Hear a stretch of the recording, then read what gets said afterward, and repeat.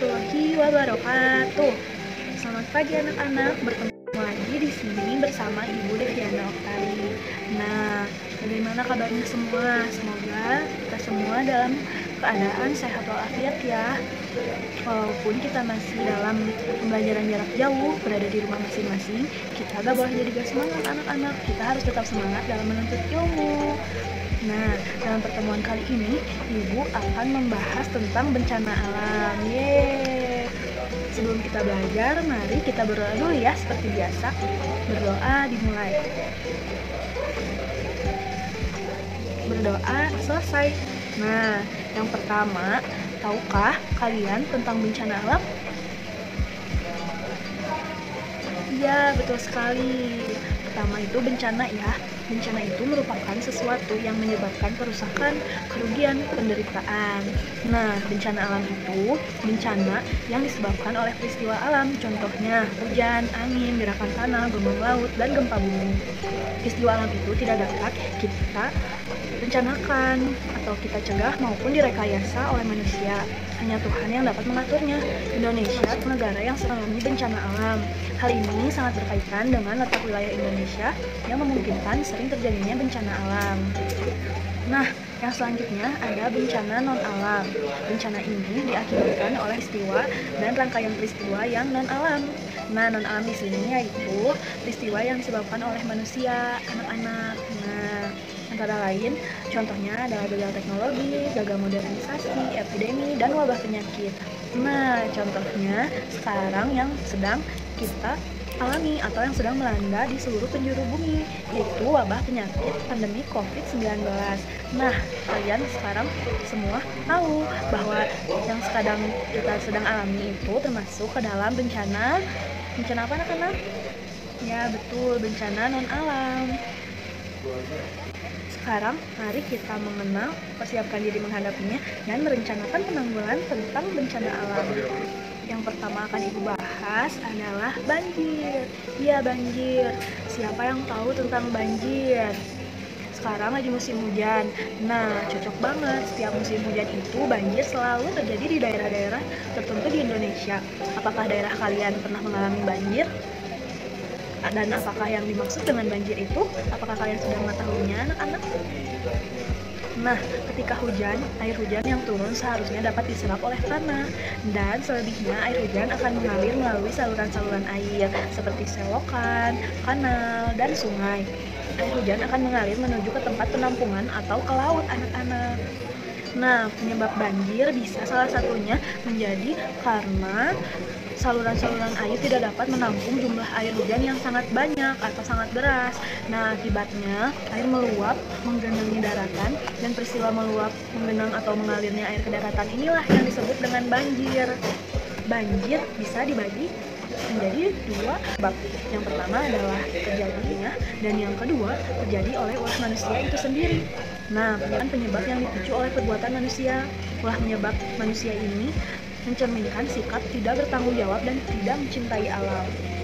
Nah, contohnya penggundulan hutan untuk kebutuhan industri yang berlebihan. Ini menjadikan sumber resapan air itu menjadi hilang dan menjadikan air kebingungan untuk kemana larinya, karena yang biasanya ia diserap oleh hutan menjadi tidak ada. Lalu penyebab ulah manusia yang paling sering itu yakni penyebabnya adalah membuang sampah sembarangan. Nah loh, siapa yang masih suka buang sampah sembarangan? Jangan ya anak-anak, itu bisa menyebabkan banjir. Sampah-sampah tersebut akan menyumbat saluran air dan akibatnya aliran air terhambat, meluap, dan terjadilah banjir. Makanya anak-anak, dari bahwa kita tidak boleh membuang sampah sembarangan, harus membuang sampah pada tempatnya. Selain itu, di samping itu, kita juga dapat menguranginya dengan mengurangi penggunaan sampah plastik dan menggunakan sampah yang mudah diurai atau hancur. Nah, yang selanjutnya kita akan membahas tentang bencana alam. Apa? Coyo tebak. Ya, betul, tanah longsor. Tanah longsor ini biasanya terjadi di daerah yang memiliki lereng atau kemiringan yang curam, anak-anak. Longsoran dapat berupa tanah, pasir, batu, lahar, maupun salju. Longsor ini dapat terjadi kapan saja, bahkan di malam hari saat kita sedang terlelap. Masyarakat yang tinggal di sekitar lereng tentu merasa khawatir. Nah, bencana longsor ini penyebabnya karena banyak hal, namun penyebab utamanya terjadi karena hilangnya daya rekat permukaan tanah. Nah, tanah longsor terjadi karena adanya faktor pemicu. Nah, pemicu tanah longsor ini ada sebagai berikut. Yang pertama ada erosi tanah. Ada yang tahu erosi tanah ada apa? Nah, erosi tanah adalah pemipisan permukaan tanah. Yang selanjutnya adalah hujan lebat. Hujan lebat dapat menjadi penyebab salah satu terjadinya tanah longsor ya anak-anak. Karena hujan lebat ini akan mempengaruhi kondisi tanah dan tanah akan mengalami erosi karena tidak memiliki kekuatan menahan air dan tidak mampu memuat banyak air. Yang selanjutnya adalah beban berlebih. Nah, longsor juga dapat terjadi apabila beban berlebih di atas bukit atau lereng. Bangunan-bangunan dan jalan yang dibangun oleh manusia di atas bukit ini sangat membebani tanah di lereng bukit, dan ini sangat mengkhawatirkan anak-anak karena menjadikan daerah tersebut rawan terhadap bencana tanah longsor. Penanggulangan tanah longsor yang dapat kita lakukan tidak membebani lereng ataupun bukit dengan bangunan-bangunan tinggi atau bangunan-bangunan yang bebannya berat. Tentu ini sangat dapat menjadikan potensi tanah longsor semakin besar. Yang selanjutnya ada gunung meletus. Indonesia merupakan negara yang dikenal karena kesuburannya. Anak-anak tahu gak sih kesuburan Indonesia dipengaruhi oleh banyaknya gunung berapi yang ada? Loh, kok bisa sih mempengaruhi kesuburan? Ya, karena abu vulkanik hasil letusan gunung berapi ini dapat menimbulkan tanah. Selain membawa kesuburan, keberadaan gunung berapi juga menimbulkan kekhawatiran bagi masyarakat sekitarnya. Karena letusan yang bisa terjadi sewaktu-waktu dapat menimbulkan bencana. Gunung meletus dapat menyebabkan kerusakan bangunan, hancurnya pertanian, bahkan korban jiwa. Dan yang tahu gak sih, gunung terdiri dari dua jenis? Iya, gunung itu ada dua jenis. Yang pertama gunung berapi, dan yang kedua gunung tidak berapi. Gunung berapi ini merupakan gunung yang dapat meletus pada waktu-waktu tertentu. Adapun gunung tidak berapi merupakan gunung yang tidak meletus lagi selama ratusan tahun. Nah, yang biasa keluar dari gunung meletus itu ada magma, lava, gas, dan debu vulkanik. Penyebab dari gunung meletus ini karena apa ayo anak-anak? Ya, adanya pergerakan magma di dalam perut gunung. Nah, pergerakan magma ini disebut intrusi. Nah, pergerakan magma hingga keluar dari kawah disebutnya ekstrusi ataupun erupsi ya anak-anak, tolong dicatat. Magma naik ke permukaan karena adanya tekanan gas panas di dalam perut gunung. Magma naik melalui celah-celah yang ada, baik melalui kawah pusat maupun celah lainnya. Nah, tanda-tanda dari gunung akan meletus itu adalah suhu udara dan suhu tanah yang meningkat dan menjadikan tanaman menjadi kepanasan, dan akibatnya tanah menjadi layu, kering, bahkan mati juga, dan akan menimbulkan suara gemuruh yang terdengar sangat keras hingga beberapa kilometer. Lalu selanjutnya, binatang-binatang sangat peka terhadap perubahan yang terjadi di lingkungannya. Adanya perubahan suhu, suara gemuruh, dan getaran-getaran menyebabkan binatang di gunung berusaha menjauhi wilayah gunung. Jika binatang-binatang ini sudah turun, berarti gunung akan segera meletus tandanya. Sesungguhnya gunung meletus itu tidak dapat dicegah loh anak-anak. Hal ini karena pergerakan magma yang ada di dalam perut gunung terjadi secara alami dan tidak dapat direkayasa atau dipengaruhi bahkan diatur oleh manusia.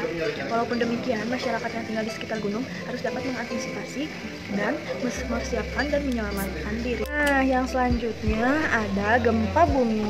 Gempa bumi sebelumnya ada yang tahu anak-anak?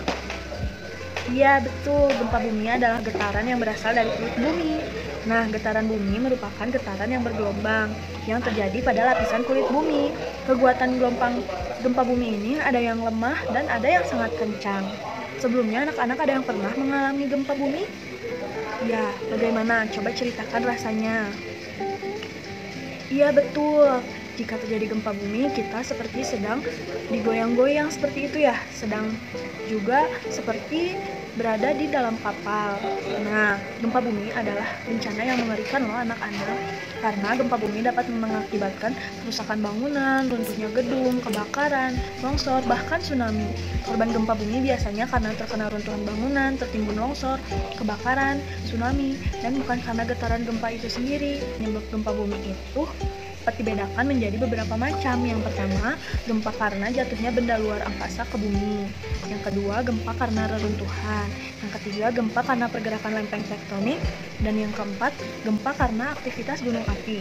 Penyebab gempa di Indonesia secara umum yakni karena pergerakan lempeng tektonik dan aktivitas gunung api.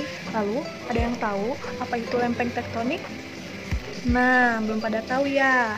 Lempeng tektonik itu adalah lempengan batu yang bergerak. Nah, lempeng ini terdapat di kulit bumi. Selain gempa bumi tektonik, ada juga gempa vulkanik. Gempa vulkanik itu gempa yang diakibatkan oleh meletusnya gunung berapi. Penanggulangan gempa bumi yaitu sampai saat ini belum diketahui tanda-tanda gempa bumi secara jelas dan pasti. Akan tetapi ada laporan yang menyatakan bahwa akan muncul awan berbentuk garis memanjang seperti ekor pesawat sebelum gempa bumi terjadi. Awan gempa dipercaya sebagai tanda akan terjadinya gempa bumi. Terdapat daya elektromagnetik yang sangat besar saat terjadi tumbukan lempeng. Nah, kemungkinan inilah yang mempengaruhi terbentuknya awan gempa. Gempa bumi dapat terjadi kapan saja dan ketika kita sedang berada di mana saja. Saat di dalam kendaraan, kita harus segera berhenti dan keluar dari mobil. Carilah tempat yang aman untuk berlindung. Nah, apabila kita sedang berada di dalam gedung, kita segera melindungi diri bagian kepala dan pilihlah kepala dengan bantal, buku, tas, atau apapun yang berada di sekitar kita. Gambar apa anak-anak? Iya, betul sekali. Ini adalah gambar dari bencana alam tsunami. Su yang artinya pelabuhan dan nami yang artinya gelombang. Nah, asal kata ini berasal dari bahasa Jepang. Tsunami adalah bencana alam yang isinya itu adalah serangkaian gelombang laut yang menerjang daratan dengan jangkauan yang luas dan kecepatan yang tinggi. Biasanya bencana alam ini disebabkan oleh apa? Ayo coba tebak anak-anak. Iya, pintar, betul sekali. Diakibatkan oleh aktivitas vulkanisme dan tektonisme di dalam laut ataupun di dasar laut. Nah, sebagian besar bencana tsunami ini terjadi akibat gempa bumi di bawah laut, letusan gunung berapi di bawah laut, longsor bawah laut. Ada juga tanda-tanda jika akan terjadinya tsunami. Yang pertama, diawali dengan terjadinya gempa atau getaran yang berpusat di bawah laut. Lalu, air laut tiba-tiba surut. Nah, surutnya air laut ini karena kekosongan ruang dan menyebabkan air laut di pantai tertarik anak-anak. Semakin jauh air laut surut, semakin besar tsunami yang akan terjadi. Lalu, terdengar juga suara gemuruh dari arah laut. Tsunami ini rawan terjadi di daerah pinggir pantai ataupun daerah yang dekat dengan laut. Nah, anak-anak, mari kita bayangkan gelombang tsunami itu sangat tinggi, sekitar 1 kaki ataupun lebih. Kurang lebih tingginya seperti pohon kelapa yang sering kita temui di pinggir pantai, anak-anak. Nah, tingginya itu setinggi itu, dan bayangkan kecepatannya hampir menyamai kecepatan pesawat jet 800 km per jam. Wah, terbayangkan anak-anak, air secepat itu dan setinggi itu menyelimuti atau langsung menghampar ke daratan, dan yang pertama terkena itu daerah pantai. Makanya anak-anak, kita harus mengurangi dan menghindar dari pemukiman di dekat pantai ataupun di dekat lautan karena rawan terjadi apa, anak-anak? Iya, sangat betul sekali, tsunami. Cukup sekian pertemuan kali ini seputar bencana alam. Nah, bagaimana anak-anak? Sekarang kalian mulai mengerti dan memahami kan tentang bencana alam? Ya, alhamdulillah. Ibu mempunyai oleh-oleh untuk kalian. Tugasnya adalah kalian coba tuliskan dan diskusikan dengan orang tua kalian di rumah mengenai bencana alam yang pernah terjadi di sekitar daerah tempat tinggal kalian. Lalu kita bahas di pertemuan selanjutnya ya anak-anak. Sampai bertemu di minggu selanjutnya. Sampai bertemu lagi. Yeay, sehat-sehat selalu ya. Salamkan salam ibu untuk keluarga kalian di rumah. Bye-bye. Assalamualaikum warahmatullahi wabarakatuh.